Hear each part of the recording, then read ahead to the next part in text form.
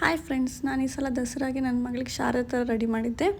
ಅದಕ್ಕೆ ನಾನು ಮನೆಯಲ್ಲೇ ಸಹಿತ ಈ ಥರ ವೀಣೆನ ಪ್ರಿಪೇರ್ ಮಾಡಿದ್ದೆ. ಅಂದರೆ ರಿಯಲ್ ವೀಣೆ ತೊಗೊಂಡ್ರೆ ತುಂಬ ಭಾರ ಆಗುತ್ತೆ ಅವಳಿಗೆ ಹಿಡ್ಕೊಳಕ್ಕೆ ಅಂತ ಈ ಥರ ಮಾಡಿದ್ದೆ. ಹೇಗೆ ಮಾಡಿದ್ದೀವಿ ಅಂತ ತೋರಿಸ್ತಿದ್ವಿ. ಒಂದು ಕಾಟನ್ ರಟ್ ಬಾಕ್ಸ್ ಬರುತ್ತಲ್ಲ, ಈಗ ಪಾರ್ಸೆಲೆಲ್ಲ ಬರುತ್ತಲ್ಲ, ಆ ಥರ ಇದ್ರೊಳಗಡೆ ನಾವು ಈ ಥರ ಶೇಪಲ್ಲಿ ಕಟ್ ಮಾಡ್ಕೊಂಡ್ವಿ. ಅದೇ ರೀತಿ ಪಾರ್ಸಲ್ಗಳಿಗೆ ಫೋಮ್ ಅಂತ ಬರುತ್ತೆ ಅಲ್ವಾ, ಆ ಥರ ಫೋಮ್ಸು ಈ ಗ್ಲಾಸ್ ಎಲ್ಲ ಐಟಮ್ ತರಿಸಿದಾಗ ಆ ಥರ ಫೋಮ್ ಸಿಗುತ್ತೆ, ಇಲ್ಲ ಮಾರ್ಕೆಟಲ್ಲೂ ಸಿಗುತ್ತೆ. ಆ ಫೋಮ್ನ ಅದೇ ರೀತಿ ಶೇಪಲ್ಲಿ ನಾವು ನೀಟಾಗಿ ಕಟ್ ಮಾಡಿಕೊಂಡು ಫೆವಿಕಾಲ್ ತೊಗೊಂಡು ಅಂಟಿಸ್ತಾ ಹೋದ್ವಿ ಸೇಮ್ ಅದಕ್ಕೆ. ಯಾಕಂದರೆ ಅದು ಆ ವೇಟೇಜ್ ತೊಗೋಬೇಕು ಅಂತ ಹೇಳಿಕೊಂಡು ನೀವು ಥರ್ಮಾಕೋಲ್ ಸಹಿತ ಯೂಸ್ ಮಾಡ್ಬೋದು. ಎರಡೂ ಆಪ್ಷನ್ಸ್ ಇದೆ. ಥರ್ಮಾಕೋಲ್ ಇನ್ನೂ ಈಸಿ ಆಗುತ್ತೆ. ಇನ್ನು ನಮ್ಮಲ್ಲಿ ಫೋಮ್ ಇತ್ತು, ಸೊ ಫೋಮ್ ತೊಗೊಂಡ್ರೆ ಜಾಸ್ತಿ ವೇಟೇಜ್ ಮತ್ತು ಅದು ಬ್ಯಾಲೆನ್ಸ್ ನೀಟಾಗಿ ಆಗುತ್ತೆ ಅಂತೇಳಿ ಫಾರ್ಮ್ನ ಯೂಸ್ ಮಾಡ್ಕೊಂಡ್ವಿ. ಇದಕ್ಕೆ ನನ್ನ ಮಗಳು ಸಹಿತ ಮಿನಿ ಅಳಿಲು ಸೇವೆ ಅಂತಾರಲ್ಲ, ಹಾಗೆ ಅವಳು ಸಹಿತ ಹೆಲ್ಪ್ ಮಾಡ್ತಾಯಿದ್ಲು. ನಾವು ಅವಳ ಮುಂದೆ ಈ ಥರ ಕ್ರಿಯೇಟಿವ್ ವರ್ಕ್ ಮಾಡೋದ್ರಿಂದ ಮಕ್ಕಳಿಗೆ ಅವರು ಸಹಿತ ಮಾಡಲಿಕ್ಕೆ ಎಂಕರೇಜ್ಮೆಂಟ್ ಆಗುತ್ತೆ. ಇದೊಂದು ನನ್ನ ಇಂಟೆನ್ಷನಲ್ಲಿ ನಾನು ಈ ಥರ ಏನಾದರೂ ಮಾಡ್ತಿರ್ತೀನಿ, ಸೊ ದಟ್ ಅವಳು ಇನ್ವಾಲ್ವ್ ಆಗಬೇಕು, ಕಿಡ್ಸ್ ಈ ಮೊಬೈಲು ಟಿ ವಿಯಿಂದ ಹೊರಗಡೆ ಬರಬೇಕು ಅಂತ. ಆಮೇಲೆ ಅದೇ ವೀಣೆ ಶೇಪಿಗೆ ಈ ಥರ ಫೆವಿಕಾಲ್ಗೆ ನೀರು ಹಾಕಿಬಿಟ್ಟು ಆ ಥರ ಪೇಪರ್ಗಳೆಲ್ಲ ಇರುತ್ತಲ್ಲ, ಅದನ್ನ ಫೆವಿಕಾಲ್ಗೆ ನೀರು ಹಾಕಬೇಕು. ಆಮೇಲೆ ಅದು ತೆಳ್ಳಗೆ ಮಾಡಿಕೊಂಡು ಈ ಥರ ಪೇಪರ್ಗಳನ್ನ ನೀಟಾಗಿ ಅಂಟಿಸ್ತಾ ಹೋಗ್ಬೇಕು ಅದೇ ಶೇಪಲ್ಲಿ. ಆ ಮಿಡಲಲ್ಲಿ ನಾವು ಆ ಥರ ಡೊಮಾ ಶೇಪ್ ಮಾಡಲಿಕ್ಕೆ ಆ ಇದ್ರೊಳಗೆ ತುಂಬ ವೇಸ್ಟ್ ಪೇಪರ್ನ ಸುತ್ತಿ ಇಟ್ಟಿದ್ದೀವಿ. ಆ ವಿಡಿಯೋ ಕಟ್ ಆಗಿದೆ, ಯಾಕಂದರೆ ನಾನು ಅದು ಮಾಡಲ್ಲಿ ಬ್ಯುಸಿ ಆಗಿದ್ವಿ, ವಿಡಿಯೋ ಮಾಡೋಕ್ಕಾಗಿಲ್ಲ.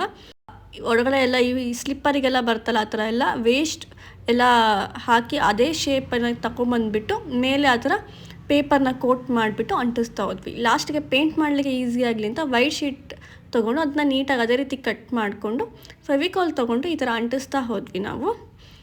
ನೋಡ್ಬೋದು ನೀವು, ಈ ಥರ ಈಸಿ ಇದೆ. ಇದು ತುಂಬ ಮಾಡಲಿಕ್ಕೆ ಒಂದು 3 ದಿನ ಬೇಕಾಗತ್ತಷ್ಟೇ. ಬ್ಲ್ಯಾಕ್ ಕಲರ್ ಪೇಪರ್ನ ತೊಗೊಂಡು ಅದ್ರ ಮೇಲೆ ವೀಣೆಗೆ ಶೇಪ್ ಕೊಡೋ ಹಾಗೆ ಅಂಟಿಸಿದ್ವಿ. ಅದರ ಮೇಲೆ ಸ್ಮಾಲ್ ವೈಟ್ ಪೇಪರ್ನ ಅದರ ಲೈನ್ಸ್ ಬರೋ ಹಾಗೆ ಕಟ್ ಮಾಡಿ ಅಂಟಿಸಿದ್ವಿ.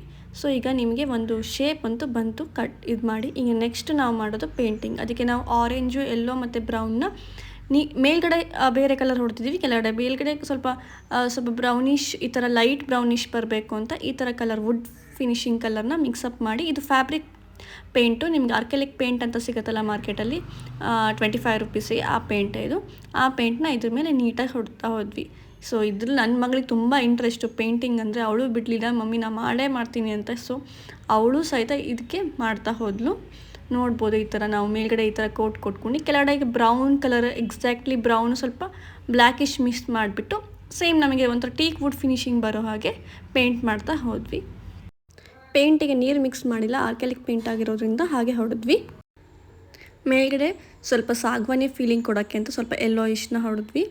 ಆಮೇಲೆ ಇದಕ್ಕೆ ಬಟ್ಸಲ್ಲಿ ವೈಟ್ ಕಲರ್ನ ಪೇಂಟ್ನ ತಗೊಂಡು ಈ ಥರ ಡಿಸೈನ್ ಮಾಡ್ತಾ ಹೋದ್ವಿ. ವೀಣೆಗೆ ನಾರ್ಮಲಾಗಿ ಈ ಥರ ಕ್ಲಾಸಿಕಲ್ ಡಿಸೈನ್ ಇರುತ್ತೆ, ಅದೇ ಡಿಸೈನ್ನ ನಾವು ಇದ್ರ ಮೇಲೆ ಬರಿತಾ ಹೋದ್ವಿ. ಲಾಸ್ಟಿಗೆ ನಾವು ಇದ್ರ ಮೇಲೆ ಒಂದು ಬ್ಲ್ಯಾಕ್ ಫಾರ್ಮ್ ತೊಗೊಂಡು ಅದಕ್ಕೆ ಬ್ಲ್ಯಾಕ್ ಕಲರ್ ಪೇಂಟ್ ಹೊಡೆದ್ಬಿಟ್ಟು ಅದನ್ನು ಮಿಡಲಲ್ಲಿ ಇಟ್ಬಿಟ್ಟು, ಈ 2 ಡಿಸೈನ್ ಮಿಡಲಲ್ಲಿ ನಾವು ಆ ಫಾರ್ಮ್ನ ಇಟ್ಬಿಟ್ಟು ಅದಕ್ಕೆ 5 ದಾರಾನ ನೀಟಾಗಿ ಆ ಕಡೆಯಿಂದ ಈ ಕಡೆ ಮಳೆ ತೊಗೊಂಡು ಚುಚ್ಚಿದ್ದೀವಿ.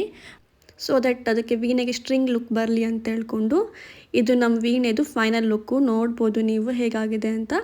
ಸೊ ಇದು ನಮ್ಮ ಮನೆ ಪುಟ್ಟ ಶಾರದಾಗೆ ಮಾಡಿರೋ ವೀಣೆ. ಹೇಗಿದೆ ಫ್ರೆಂಡ್ಸ್, ಕಮೆಂಟ್ ಮಾಡಿ, ಸಬ್ಸ್ಕ್ರೈಬ್ ಮಾಡಿ. Thank you.